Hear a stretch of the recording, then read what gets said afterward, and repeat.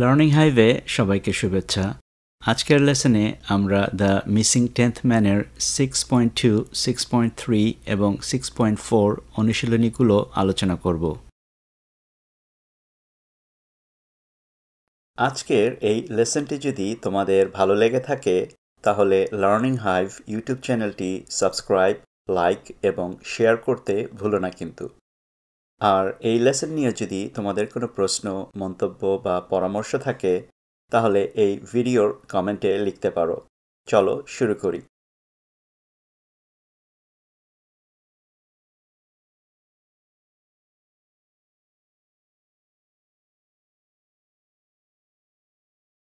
Question: What has really happened? What did the result come to 9 when they counted each of them? আসলে কি হয়েছে? তাদের প্রত্যেককে গণনা করার পর ফলাফল কেন 9 এসে থামল? আসলে যেটি ঘটেছে কেউই নিখোঁজ হয়নি। গণনাটি 9 এসে থেমেছে কারণ রথীনবাবু নিজেকে ছাড়া বাকি সবাইকে গণনা করেছেন এবং অন্য সবাইও তাই করেছে। What has happened is that no one has been missing. The result comes to 9 because Rothin Babu counts everyone but himself, and so does everyone else.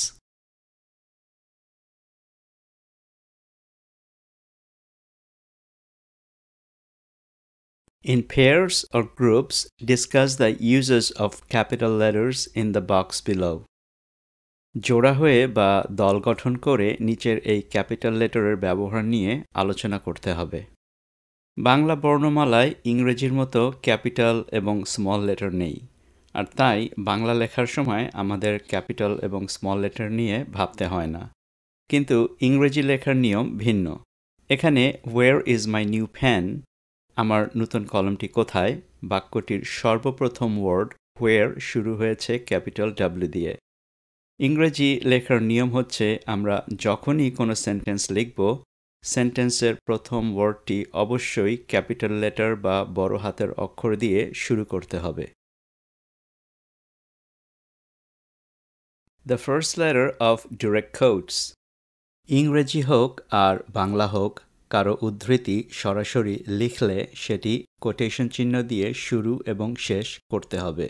ইংরেজি লেখার ক্ষেত্রে কোটেশন মার্কসের ভেতরের সেন্টেন্সটি সর্বদাই ক্যাপিটাল লেটার বা বড় হাতের অক্ষর দিয়ে শুরু করতে হবে। এখানে বেঞ্জামিন ফ্র্যাঙ্কলিনের টাইম ইজ মানি এই উক্তিটিকে কোটেশন মার্কসের ভেতরে রাখা হয়েছে এবং তার উক্তিটির প্রথম শব্দের প্রথম অক্ষরটি বড় হাতের লেটার দিয়ে শুরু করা হয়েছে। The first letter of the name of people, places, and things. Runu is going to visit her friend Tania in Rajshahi. Runu তার বান্ধবী তানিয়াকে দেখতে রাজশাহী যাচ্ছে। কারো নাম এবং স্থানের নাম ক্যাপিটাল লেটার বা বড় হাতের অক্ষর দিয়ে শুরু করতে হয়। যেহেতু রুনু এবং তানিয়া কারো নাম, তাই নাম দুটির প্রথম অক্ষর ক্যাপিটাল লেটার দিয়ে শুরু হয়েছে। আবার রাজশাহী একটি স্থানের নাম, তাই সেটির প্রথম অক্ষর ক্যাপিটাল লেটার দিয়ে শুরু হয়েছে। I, when it is about you. I like music. আমি গান বাজনা পছন্দ করি। তুমি যখন নিজের সম্পর্কে লিখবে তখন প্রোনাউন আই সবসময় ক্যাপিটাল লেটারে লিখতে হবে। একটি সেন্টেন্সের যে কোনো স্থানেই আই আসুক না কেন সেটি হতে হবে ক্যাপিটাল লেটার আই। যেমন when I am tired, I sleep. এই সেন্টেন্সের মধ্যে দুটি আই ক্যাপিটাল লেটারে লেখা হয়েছে। The first letter of the name of days, months, and holidays. সপ্তাহের দিনের নাম, মাসের নাম এবং বিশেষ দিনগুলো সবসময় ক্যাপিটাল লেটারে শুরু করতে হবে। যেমন সপ্তাহের দিনগুলোর নাম সানডে, মানডে, টিউসডে যখন লিখবে তখন অবশ্যই তাদের নাম ক্যাপিটাল লেটারে শুরু করতে হবে। মাসগুলোর নাম যেমন এপ্রিল, মে, জুন ইত্যাদি যখন লিখবে তখন অবশ্যই তাদের নাম ক্যাপিটাল লেটারে শুরু করতে হবে। আবার বিশেষ দিনগুলোও লিখতে হবে ক্যাপিটাল লেটার দিয়ে। এই সেন্টেন্সে 26 March is our independence day, 26শে মার্চ আমাদের স্বাধীনতা দিবস। ইন্ডিপেন্ডেন্স ডে একটি বিশেষ দিন, তাই ইন্ডিপেন্ডেন্স ডের আই এবং ডি ক্যাপিটাল লেটার্স দিয়ে শুরু হয়েছে। আরও বিশেষ দিন যেমন victory day, new years day, labour day এসব দিনগুলো লিখলেও শুরু করতে হবে ক্যাপিটাল লেটার দিয়ে। The first letter of the titles of the people. নামের পদবি লেখার সময় প্রথম অক্ষর ক্যাপিটাল লেটার দিয়ে শুরু করতে হবে। পদবি যেমন honourable, professor, mister, missus, miss, হাজি ইত্যাদি এগুলো লিখতে গেলে এই পদবিগুলোর প্রথম লেটারটি ক্যাপিটাল লেটার দিয়ে শুরু করতে হবে। এই সেন্টেন্সে জনাব সরোয়ার একজন চিকিৎসক, তার পদবি ডক্টর, আর তাই ডক্টরের ডি এবং তার নামের প্রথম লেটারটি ক্যাপিটাল লেটার দিয়ে শুরু করা হয়েছে। In pairs or groups, read the story again and discuss why the bold letters of the following sentences are in capitals. জোড়া হয়ে বা দল গঠন করে দ্য মিসিং 10th ম্যান গল্পটি আবারও পড়ো এবং কেন নিচের এই বাক্যগুলো বোল্ড লেটারে লেখা হয়েছে সেটি আলোচনা করো। They hold their hands to each other while taking the dip. ডুব দেবার সময় তারা একে অপরের হাত ধরে রাখে। এই সেন্টেন্সের প্রথম শব্দটি দে শুরু হয়েছে ক্যাপিটাল টি দিয়ে, কারণ the first letter in a sentence always starts with a capital letter. একটি সেন্টেন্সের প্রথম লেটার সবসময় একটি ক্যাপিটাল লেটার দিয়ে শুরু হয়। One day, a group of 10 men go to the Ganges to take a dip. একদিন 10 জন পুরুষের একটি দল গঙ্গায় ডুব দিতে যায়। এখানে গ্যাঞ্জেসের জি ক্যাপিটাল লেটার দিয়ে শুরু হয়েছে। গ্যাঞ্জেস বা গঙ্গা একটি নদীর নাম, আর তাই এই নদীটির নাম ক্যাপিটাল জি দিয়ে শুরু হয়েছে।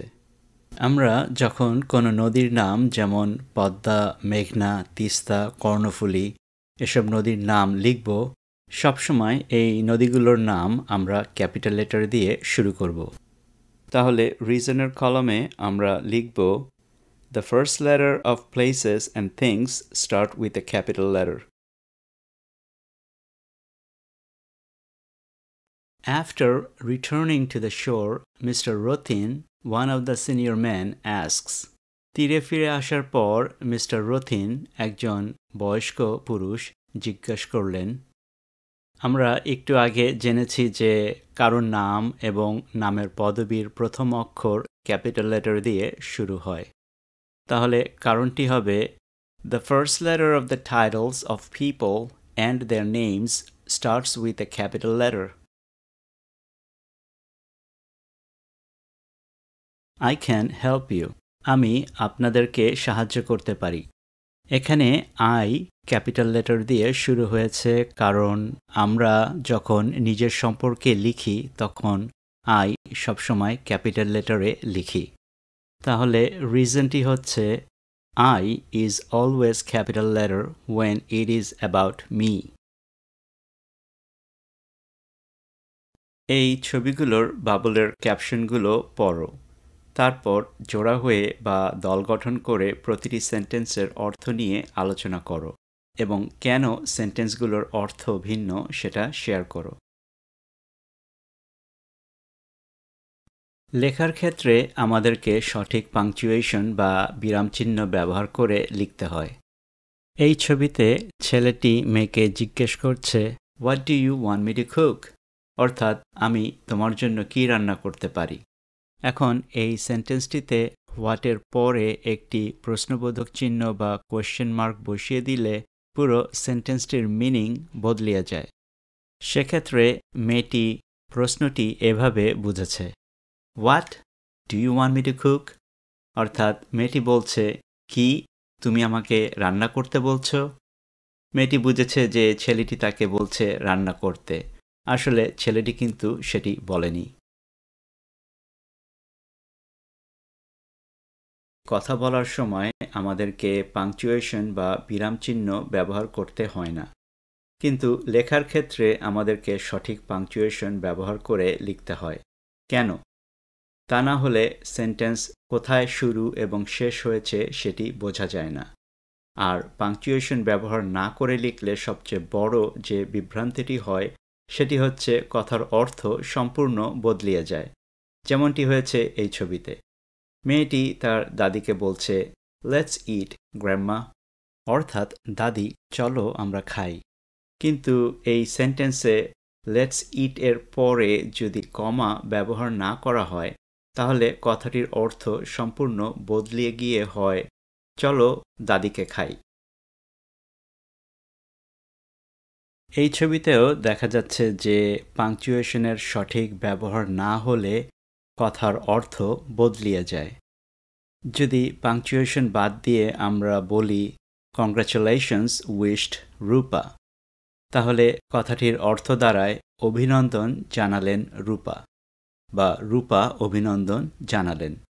আর যদি সঠিক পাংচুয়েশন ব্যবহার করে সেন্টেন্সটি লেখা হয় তাহলে সেন্টেন্সটি এরকম হয়, কংগ্রাচুলেশনস উইশড রূপা, অর্থাৎ রূপাকে অভিনন্দন জানানো হলো।